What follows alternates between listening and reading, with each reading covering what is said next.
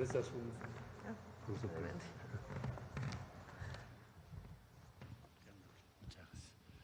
Con su permiso, señora presidenta. Muy buenos días. En alguna ocasión anterior les había yo presentado cuál es el impacto que tendrían las tarifas en general en el comercio entre México y Estados Unidos, y les había yo explicado, compartido, que la principal afectación es a empresas de Estados Unidos. En aquella ocasión hablaba yo de Ford, Stellantis, General Motors. El principal exportador de México a Estados Unidos es General Motors. Ahora les quiero compartir qué es el efecto que suponemos tendría en las familias en Estados Unidos, en el consumidor final. Entonces, la siguiente, por favor. Entonces, si se llegara a imponer este arancel de 25%, hay que tomar en cuenta, además de lo que ya les dije, que México es el principal exportador de productos finales como autos, computadoras, televisores y refrigeradores. Tomé solamente algunos, son los principales, para no hacer una lista exhaustiva. Los consumidores estadounidenses se verían afectados, en primer lugar, porque los precios van a ser más altos, es decir, les van a subir el precio 25% de todos esos productos. Segundo, porque va a haber menor disponibilidad de productos, porque en la medida que tú le pones un impuesto de 25% a un producto, evidentemente la compra se contrae. Y finalmente, puede haber problemas en las cadenas de suministro, porque las tarifas tan altas tienen un impacto expansivo. O sea, no es solo en el corto plazo, sino que cada vez van creando un daño mayor. O sea, a veces se dan procesos de destrucción de valor en las economías. La que sigue, por favor. Bueno, entonces, nosotros somos el principal proveedor de automóviles y autopartes. Entonces, aquí van a afectar a 12 millones de familias norteamericanas que de un día a otro tienen que pagar 25% más. La que sigue, por favor. En el caso de las computadoras, son 40 millones. O sea, ¿quién compra lo que nosotros fabricamos y exportamos? 40 millones de familias estadounidenses. No sé si ustedes tenían ese dato, pero pues les van a subir el 25% de sus computadoras y todos los componentes. Sí, el impacto en valor son un poquito más de 7,000 millones de dólares para estas 40 millones de familias que tendrán que pagarlo allá en Estados Unidos. La que sigue, por favor. Somos el segundo exportador mundial de pantallas y, por supuesto, el principal para los Estados Unidos. Somos el número 1. Todo lo que son televisoras, todo lo que son pantallas para computación, laptops, etcétera. Esto afectaría a 32 millones de familias aproximadamente en Estados Unidos, que tendrían que pagar más de 2,000 millones de dólares por el 25%. La que sigue, por favor. Refrigeradores. 1 de cada 3 refrigeradores que hoy se venden en Estados Unidos se hace en México. Entonces aquí, cuando menos 5 millones de familias estadounidenses estarían afectadas por esta medida, les van a subir 25% el precio de sus refrigeradores. Esto representa un desembolso adicional para esas familias de casi 1,000 millones de dólares, de un día para el otro. La que sigue, por favor. Entonces, si esta tarifa se impusiera, sus consumidores van a enfrentar precios más altos, y esto sí para todos. Supermercados, todo lo que es frutas, verduras, carne y cerveza. Si vas a un supermercado en Estados Unidos, cualquiera que sea la cadena, es donde vas a notar el impacto del 25%. Autos y camionetas en todos los concesionarios y refacciones de las principales empresas de la industria automotriz. Productos electrónicos y electrodomésticos en equipo médico, que también se hace aquí. Y este impacto se va a hacer mayor en estados fronterizos y ciudades con alto consumo de productos mexicanos, como ¿cuáles? Ciudades y estados: California, Texas, Florida y Arizona. Entonces, esto es lo que estimamos el impacto de un día al otro, para que tengamos una percepción de por qué es un error estratégico una tarifa de 25%. Conviene tenerlo claro. El principal impacto millones de familias en Estados Unidos tendrán que pagar 25% más. Eso sería, señora presidenta. Gracias, Marcelo. Raquel.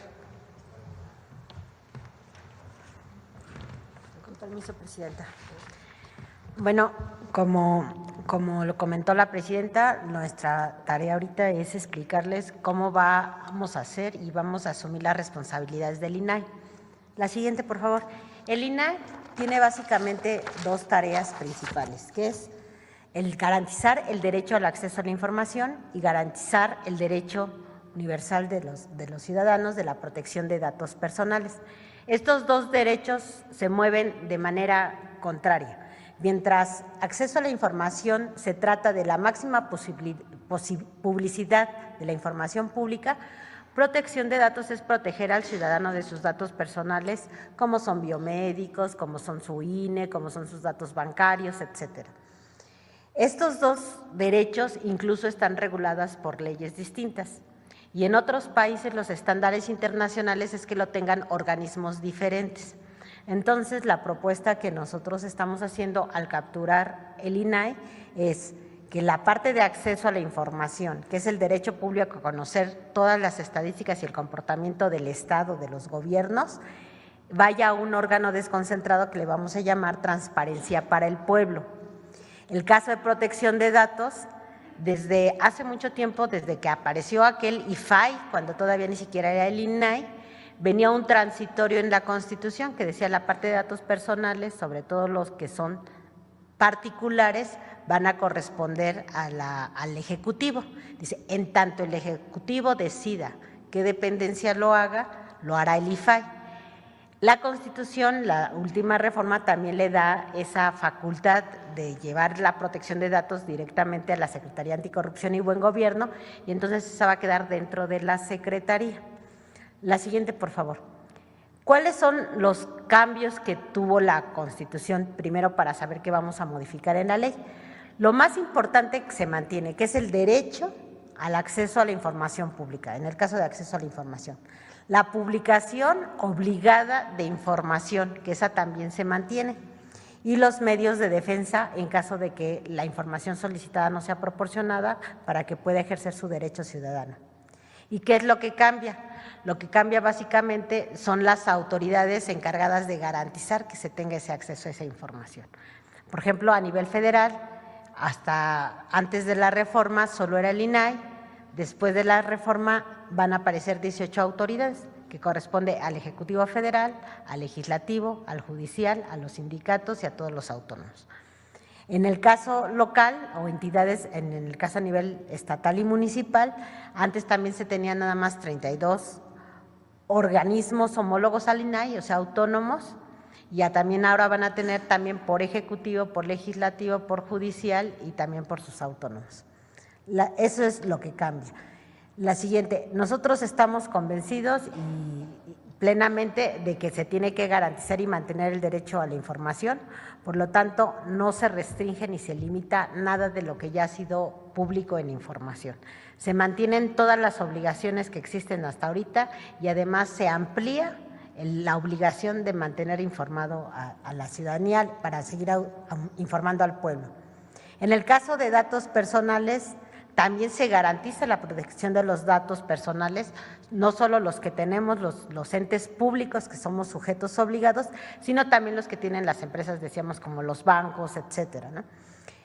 Se mantiene la verificación del cumplimiento de las obligaciones y los medios de defensa de los ciudadanos. ¿Qué es lo que cambia? Lo que cambia, al igual que en el caso de acceso a la información, en lugar de tener un organismo garante, a nivel federal ahora vamos a tener 16, decíamos, por los poderes legislativo, judicial, los autónomos, partidos políticos, y a nivel local lo mismo.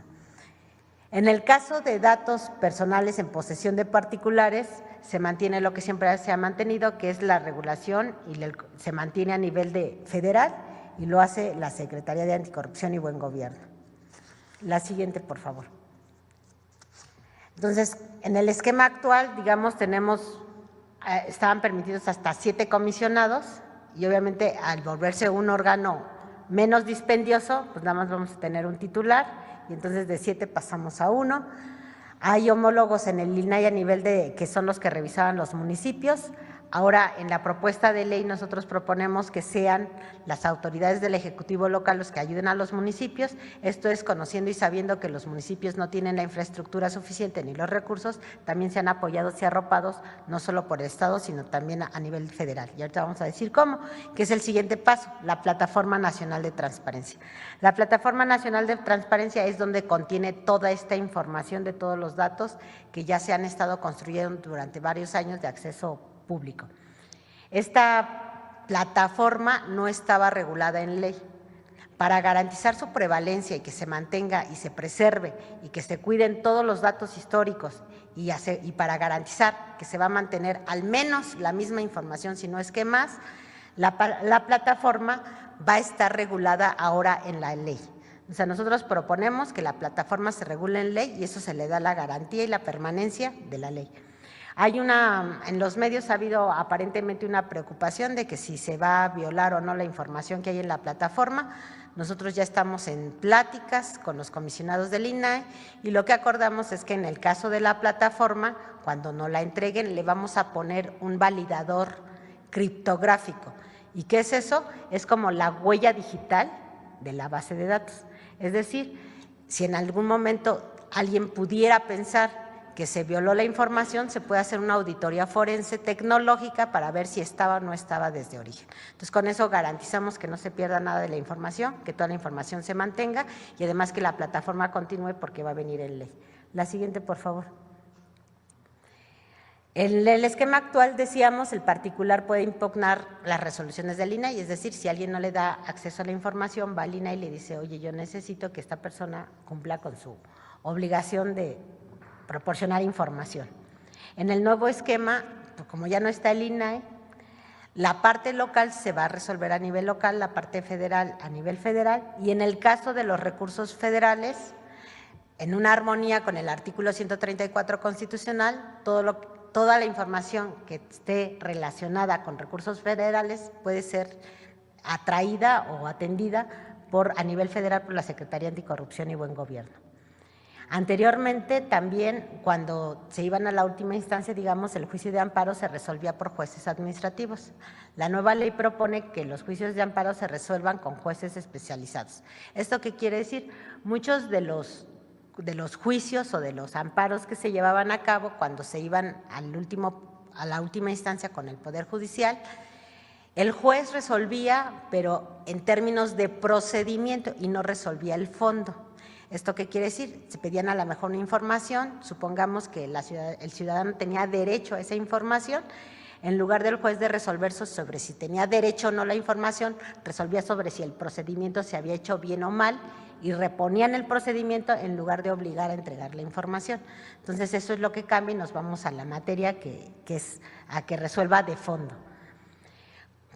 Viendo las estadísticas que tiene actualmente el INAI en sus cargas de trabajo, nosotros identificamos que el 80% actual del trabajo que tiene el INAI va a recaer en la Secretaría Anticorrupción y Buen Gobierno, y todo esto lo podemos atender con el 35% nada más de la estructura que actualmente tiene el INAI. Es decir, vamos a tener un ahorro del 65% en la organización. La siguiente. Otro tema importante que no estaba regulado en ley era la coordinación, en lo que le llaman el Sistema Nacional de Transparencia.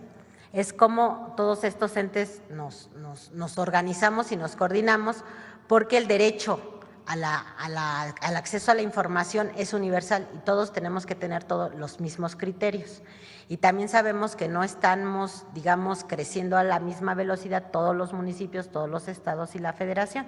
Entonces, con el ánimo de que también permee toda la política de manera generalizada a los municipios, a los estados y a nivel de gobierno federal, y que resulte menos costoso también para municipios y para estados y que se pueda garantizar la información, pues lo que nosotros estamos proponiendo es que en la ley también se incorpore cómo puede funcionar el Sistema Nacional de Transparencia para obligar a una coordinación y obligar a una coadyuvancia de la federación también hacia estados y municipios, Y actualmente, que está regulado en lineamientos internos del INAI, el Sistema Nacional tiene 36 integrantes y se está proponiendo mantener la coordinación. Como es un poco más amplio, van a ser ahora 40, pero además vamos a agregar los sistemas, porque también en las entidades federativas, pues en lugar de haber uno va a haber más. Entonces vamos a tener subsistemas por entidad federativa, donde cada subsistema va a estar presidido por el Ejecutivo local.